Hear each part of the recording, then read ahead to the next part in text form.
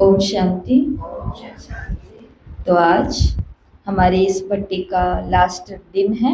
सन 1980 की मुरलियाँ आज कंप्लीट हो जाएंगी और आज की जो लास्ट मुरली है उसकी डेट है 9 फरवरी 1980। देखो, बाबा जनवरी में आए 2 जनवरी को, उसके बाद में पूरा जनवरी आए और 9 फरवरी को बाबा मिलन पूरा हो गया। तो दादी की तबीयत के कारण बाबा कभी कभी तो देखो कितनी 48 मुरलियाँ, 52 मुरलियाँ, 56 मुरलियाँ, इतनी मुरलियाँ भी चली है और कहाँ पर अब सिर्फ 17 मुरलियाँ ही ये थी।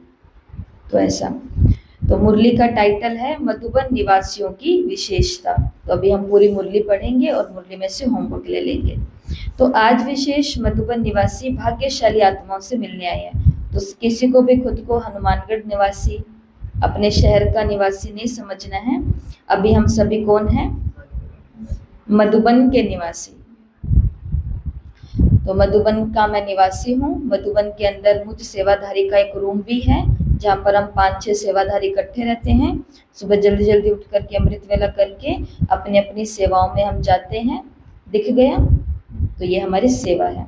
तो आज मधुबन निवासी भाग्यशाली आत्माओं से मिलने आए हैं। मधुबन निवासियों की महिमा आज दिन तक भक्त भी गा रहे हैं और ब्राह्मण भी गाते हैं, क्योंकि जो मधुबन की धरती की महिमा है तो धरती पर रहने वालों की महिमा तो स्वतः ही महान हो जाती है। मधुबन वालों को ड्रामानुसार सब बातों में विशेष चांस मिला हुआ है। बाप दादा की चरित्र भूमि कर्म भूमि होने के कारण जैसे स्थान का स्थिति पर प्रभाव पड़ता है, ऐसे स्वस्थिति में श्रेष्ठता लाने व तीव्र पुरुषार्थ बनाने का स्थान होने के कारण मधुबन वालों को विशेष चांस है। मनसा को विश्व कल्याणकारी वृत्ति में शक्तिशाली बनाने का अर्थात विश्व सेवा का मुख्य केंद्र मधुबन है। तो पहला पॉइंट, मधुबन का गायन भक्त भी करते हैं और ब्राह्मण भी करते हैं। गीत सुने होंगे आपने कृष्ण जी के, जिसके अंदर वो मधुबन को बार बार याद करते हैं। तो मधुबन का मतलब क्या होता है? मधु प्लस वन। वन का मतलब क्या होता है? जहाँ पर तपस्या होती है। और मधु का मतलब क्या है? जहाँ पर आपस में मधुरता भी है।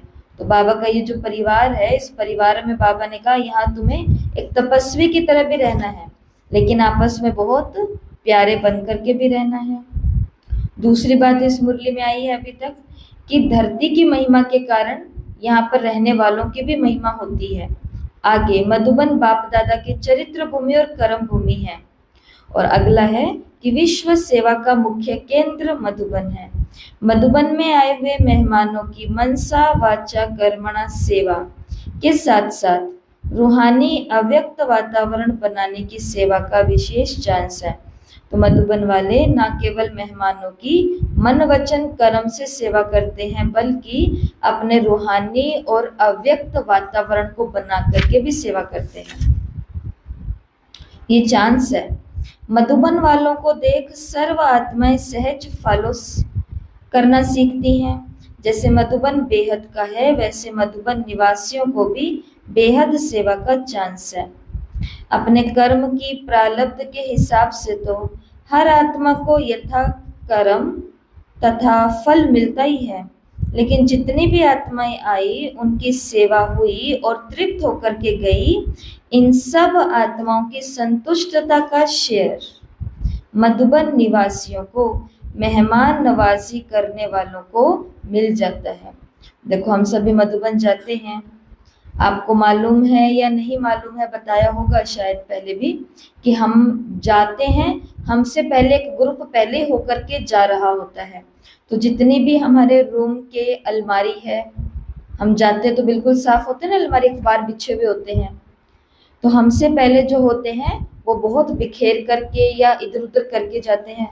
तो हमारे पीछे से सेवाधारी हैं, वो ये भी करते हैं। हाँ, अभी सिर्फ वो वाले सेवाधारी नहीं, अभी दूसरे भी हैं, परंतु फिर भी मधुबन निवासियों की ड्यूटी होती है उस एक एक काम करने वाले के ऊपर, मददगार के ऊपर नजर रखना।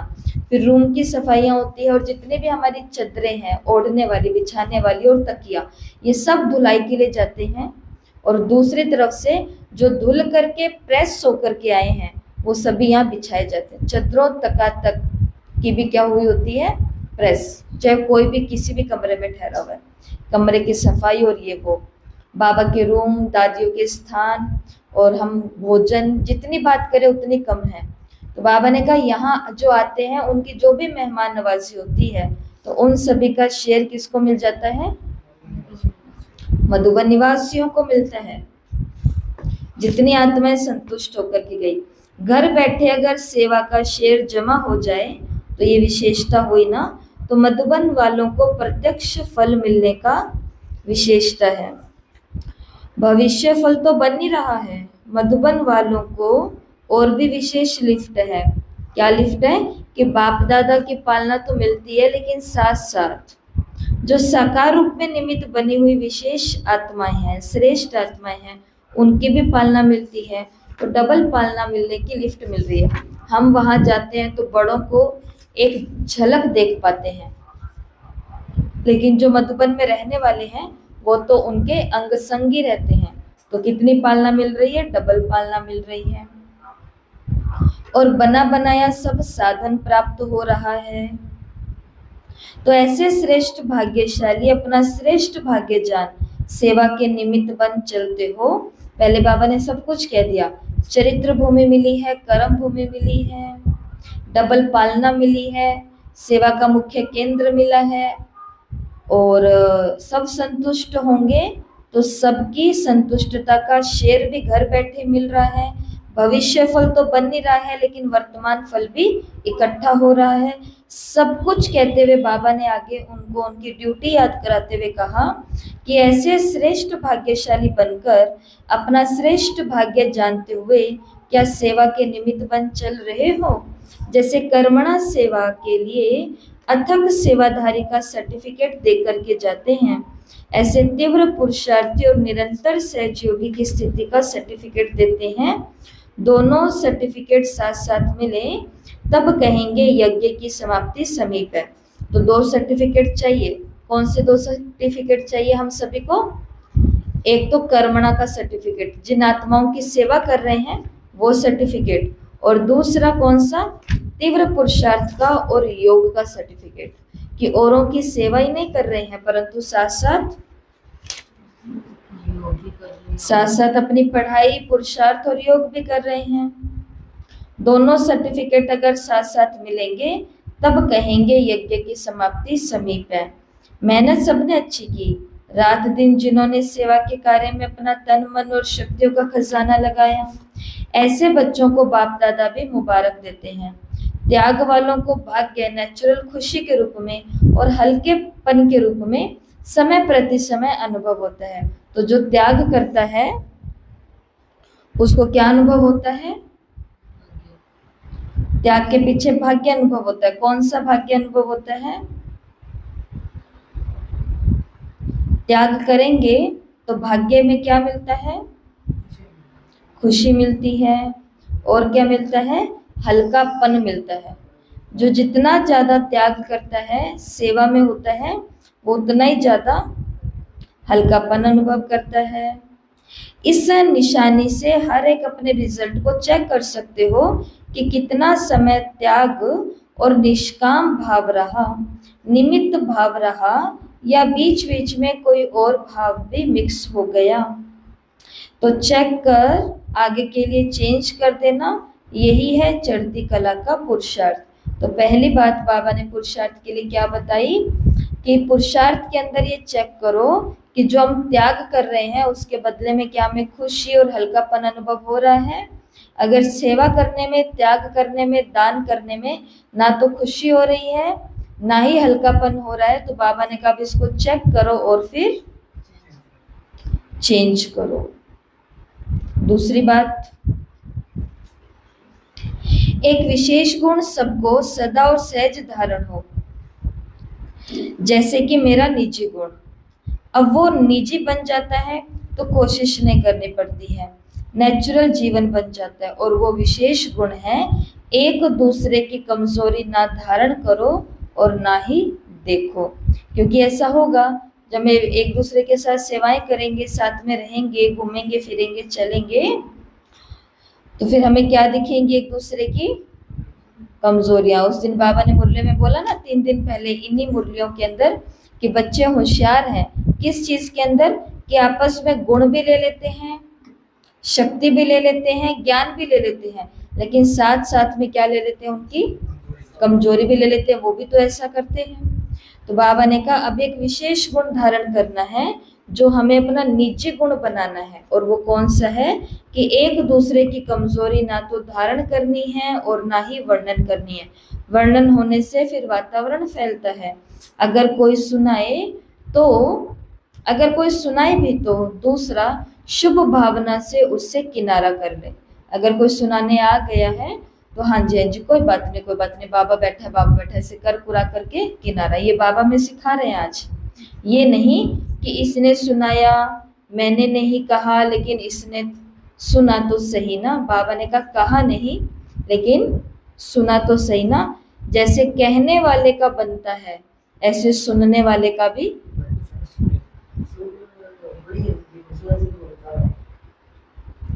परसेंटेज में सिर्फ अंतर है लेकिन बनता तो है ना। व्यर्थ चिंतन या कमजोरी की बातें नहीं चलनी चाहिए। आपके ऊपर जिम्मेवारी है तो बात करो, तो डिस्कशन करो। किस लिए? ताकि उस स्थान की रक्षा हो सके। वो किसी का घर हो सकता है, वो किसी का स्कूल हो सकता है, वो किसी का डिपार्टमेंट हो सकता है, या वो अपना अपना सेवा केंद्र हो सकता है।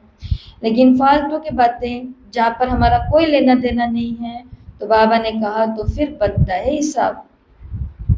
व्यर्थ चिंतन या कमजोरी की बातें नहीं चलनी चाहिए। अंडरलाइन करना, क्या नहीं चलना चाहिए? व्यर्थ चिंतन और कमजोरी की बातें। बीती हुई बात को भी रहम दिल बन के समा दो। समाकर शुभ भावना से उस आत्मा के प्रति मनसा सेवा करते रहो। जब 5 तत्वों के प्रति भी आपकी शुभ भावना है, ये तो फिर भी आपके सहयोगी ब्राह्मण आत्मा ही हैं। भले संस्कार के वश कोई उल्टा भी कहता है, करता है या सुनता है, लेकिन आप उस एक को परिवर्तन करो।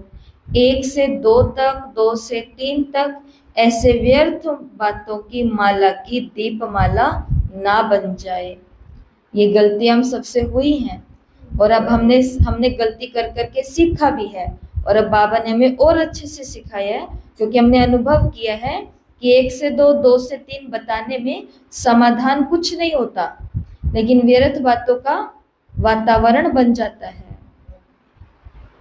किसी का सुनना सुनाना नहीं है, लेकिन समाना है। सहयोगी बन मनसा से या वाणी से उनको भी आगे बढ़ाना है। होता क्या है, एक का मित्र होता है, उस एक का फिर दूसरा एक मित्र होता है, उस दूसरे का फिर तीसरा एक मित्र होता है। ऐसे व्यर्थ बातों की माला का बड़ा रूप बन जाता है और वो बातें फैल जाती हैं। इसलिए बताओ ऐसे को जिसका मित्र कोई ना हो। कहने का भाव है जो उस बात को वहीं पर ही समाधान करने वालों, या फिर बाबा ने कहा संभालो मधुबन के। तो ये बाबा ने दूसरी बात बताई कि इन दोनों बातों पर अटेंशन रखना। तो 2 बातें कौन सी है? एक बात तो कि त्याग वाले को ही भाग्य मिलेगा। तो अगर मेरे को इस बीके लाइफ के अंदर खुशी और हल्कापन नहीं अनुभव हो रहा है, मतलब पढ़ते पढ़ते भी भारीपन महसूस हो रहा है और सेवाएं करते करते भी खुशी गायब हो रही है, तो चेक करो कि त्याग करने में कोई कमी है। दूसरी बात बाबा ने मुरली में बोली कि ना तो किसी की कमजोरी को धारण करना है और ना ही वर्णन करना, ना सुनना है और ना सुनाना है। क्योंकि बाबा ने कहा अगर कहने वाले का बनता है तो सुनने वाले का भी बनता है। बाबा ने कहा ये नहीं कह सकते हैं कि मैंने तो सुना नहीं, उन्होंने सुना दिया। बाबा ने कहा उसको समाओ शुभ भावना से। तो मधुबन के पांडवों की यूनिटी की भी विशेषता है। पूरी सीजन निर्विघ्न चले तो निर्विघ्न भव के वरदानी हो गए।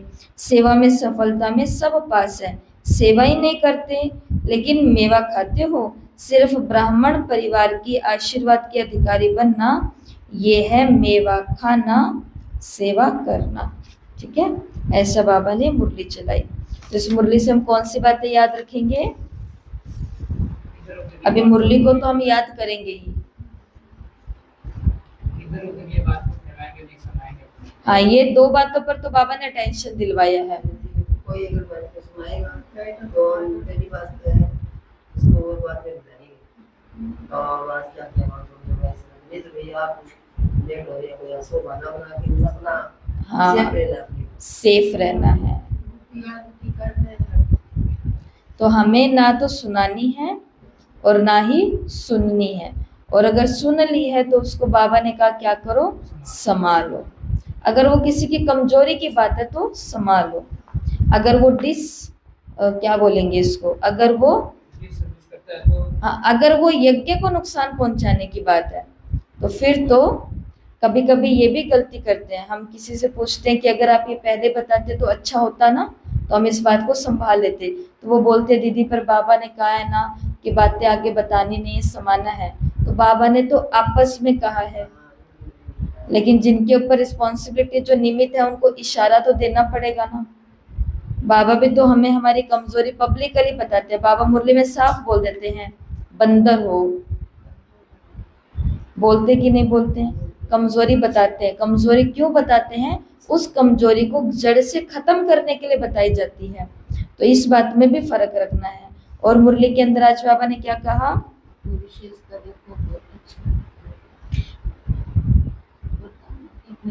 ये तो इसमें था साकार मुरली में, और सेवा करते हुए योग भी रखो और अपना हाँ बाबा ने कहा दोनों बातों पर ध्यान रखना है, औरों को संतुष्ट भी करना है और साथ साथ में सर्टिफिकेट लेना है स्व पुरुषार्थ का भी। अब देखो जैसे हम मुरलियां कर रहे हैं, पढ़ाई कर रहे हैं, पेपर भी देंगे, सब कुछ हम करते हैं, तो हमको सेवा के साथ साथ ये भी तो संतोष है कि हम अपना भी पुरुषार्थ बहुत अच्छा कर रहे हैं। तो दोनों सर्टिफिकेट चाहिए। और क्या कहा मुरली में, पालना का भाग्य मिलता है। एक तो बाप दादा के हर मधुबन में बाबा मिलन का वो लुफ्त उठाते हैं। जो मधुबन के निवासी हैं वो हर सीजन का बाबा मिलन करते हैं, और वो हर एक बड़े जो टीचर हैं, दीदियां हैं, दादियां हैं, भाई हैं, जो भी थे या है, उन सबकी भी पालना लेते हैं क्योंकि वो सबसे मिलते हैं। तो ये भाग्य है उनका मधुबन में रहने का।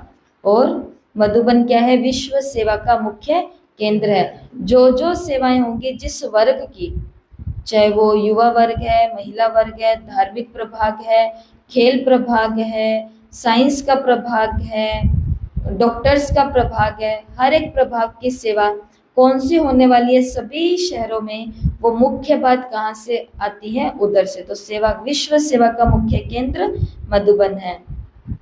ठीक है, तो इस मुरली से आज का होमवर्क, तो आज का 2 होमवर्क है। पहला होमवर्क, त्याग क्या किया और भाग्य क्या मिला। ये थोड़ी देर पहले भी होमवर्क दिया था, उसमें एक बहन ने पूछा भी था कि त्याग क्या किया, ये तो याद ही नहीं आ रहा, लेकिन वो थे स्थूल त्याग की बात। आज सूक्ष्म में भी जो त्याग किया है वो 10-10 पॉइंट लिखने हैं। 10 पॉइंट क्या त्याग किया मैंने, मेरा व्यर्थ का त्याग किया। पहले मैं व्यर्थ की बातें बहुत उस ग्रुप में बैठ करके करती थी, अभी मैं अपने उस ग्रुप में नहीं जाती हूँ, ये है वो है जो भी है। तो त्याग क्या किया और भाग्य क्या मिला, दोनों में। त्याग जैसे कि मैंने त्याग किया लहसुन प्याज का, मान लो उदाहरण है, लहसुन प्याज का त्याग किया तो इसके बदले में भाग्य क्या मिला, ब्रह्मा भोजन का भाग्य मिला, कि बाबा को भोग लगा सकते हैं। लहसुन प्याज का नहीं पका रहे हैं इसलिए, नहीं तो लहसुन प्याज बीच में डालो तो बाबा को भोग लगाएंगे, फिर बाबा को बादाम का, दूध का और फ्रूट का ही भोग लगेगा, अन्न का तो नहीं लगेगा ना। तो त्याग किया इसका और भाग्य मिला ये। और अमृत वेले त्याग किया नींद का और भाग्य क्या मिला, प्रभु मिलन का, प्रभु वरदान, प्रभु पालना, बहुत कुछ होता है उस समय। और बताओ क्या त्याग होता है। त्याग किया सुबह के घर के काम का, सुबह 6 से 7, 7 से 8 आप अपने घरों का कितना काम, नाश्ता पानी सब कर सकते हो, लेकिन वो वाला काम छोड़ करके हम कहाँ बैठे हैं, बाबा के घर में बैठे होते हैं। तो त्याग किया तो उसका भाग्य क्या मिलता है, पूरे दिन के लिए हमें शक्ति मिल रही है, नॉलेजफुल बन रहे हैं, और आत्माओं के लिए हम उनके इष्ट बन सकते हैं, डायरेक्शन मिल रहे हैं। पूरा दिन करना क्या है, परिवार के साथ कैसे रहना है, आत्माओं के साथ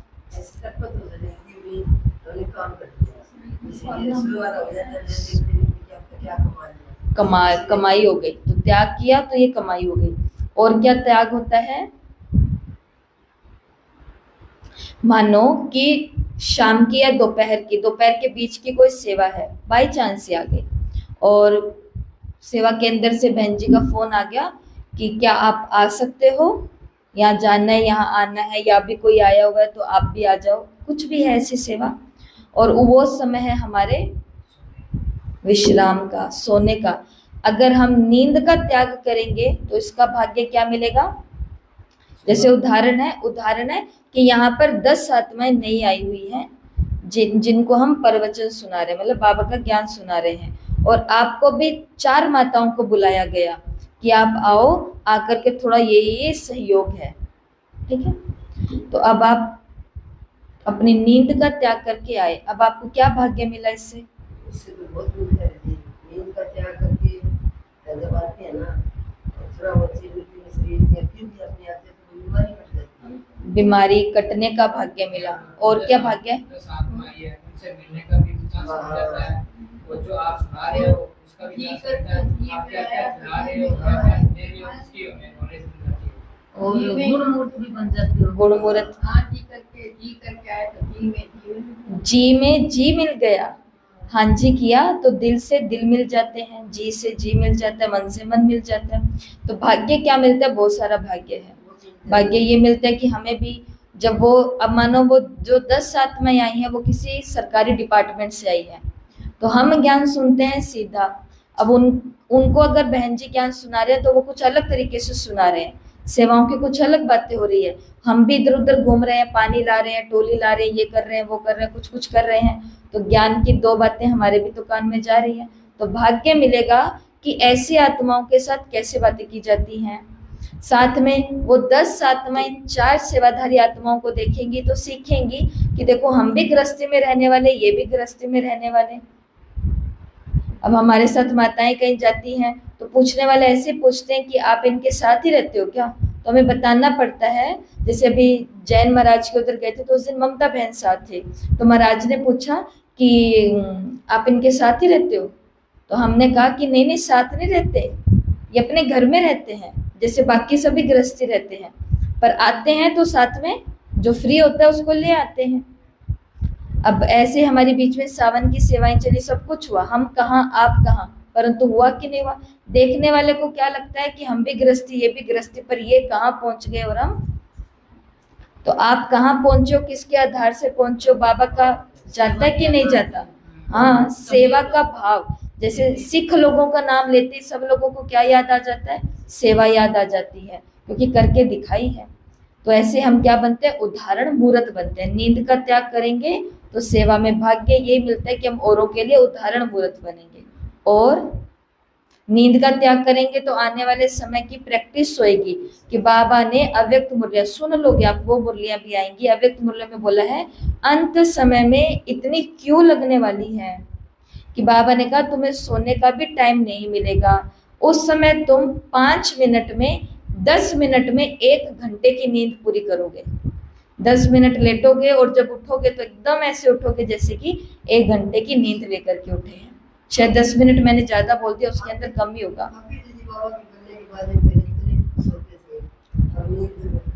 और अच्छे से अगर जो ये पढ़ाई करेगा, सेवा करेगा, वो तो सच में, तो ये प्रैक्टिस है आने वाले समय की, नहीं तो ये भी एक विघ्न बनेगा। ठीक है, तो हमने बहुत सारे पॉइंट्स की चर्चा कर लिया। अब कुछ 4-5 पॉइंट आप खुद निकालना। तो क्या करना है? पहला होमवर्क, एक तरफ लिखना ऊपर त्याग, एक तरफ लिखना भाग्य। तो 10 त्याग किए और हर एक त्याग का क्या भाग्य मिला, आई समझ में।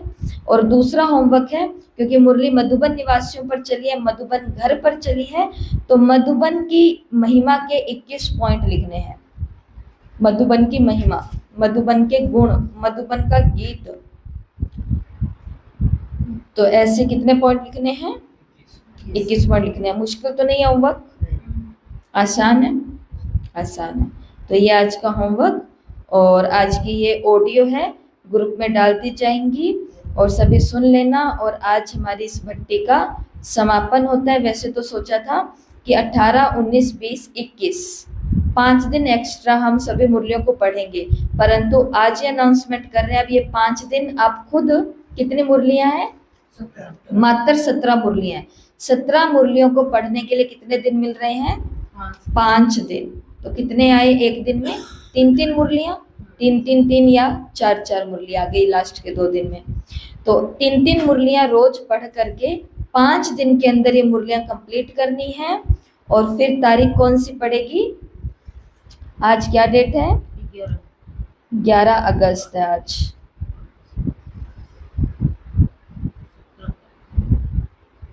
17 तारीख को है दिन संडे, 17 तारीख को रविवार है, और रविवार के दिन आपका इस सभी मुरलियों का टेस्ट होगा। इन सभी मुरलियों का पेपर जो हम लेते हैं 50 प्रश्नों वाला, तो इन 17 मुरलियों में से 50 प्रश्न आएंगे, हर प्रश्न 1 नंबर का होगा और साथ ही साथ 40 मिनट का समय होगा। मुरलियां 17 हैं, दिन इतने सारे पढ़ने वाले। और अब तो कितनी मुरलियां हमने पढ़ी है क्लास में? रोज की 1-1 मुरलियां पढ़ी है, तो 50 में से कितने नंबर आने चाहिए? अब तो 50 में से 50 आने चाहिए कि नहीं आने चाहिए? एक मुरली कराओ, एक मुरली कराओ, एक मुरली कराओ, तो एक मुरली भी हो गई है। 1-1 मुरली करते हुए आज मुरलियां भी कंप्लीट हो गई हैं। हाँ, पर नंबर भी आने चाहिए। अब की बारी तो अब की बारी नंबर आने चाहिए। और अब आपको 5 दिन दे रहे हैं प्रैक्टिस के, तो 5 दिन के अंदर हमारे दिन 21 हैं वो पूरे हो जाएंगे। तो आप ये नहीं समझना कि भट्टी आज पूरी हो गई है, भट्टी क्लास के लिए आज पूरी हो गई है, लेकिन आपकी हमारी इंडिविजुअल व्यक्तिगत भट्टी 5 दिन और चलेगी। तो समय निकाल करके 1 घंटा एक जगह एक ही समय पर बैठ जाना और 3 मुरलियां लगातार एक साथ में पढ़ना, ठीक है। और नोट्स तैयार करना, पॉइंट तैयार करना कि ये वाला प्रश्न आ सकता है, ये इंपॉर्टेंट है, ठीक है। ओम शांति।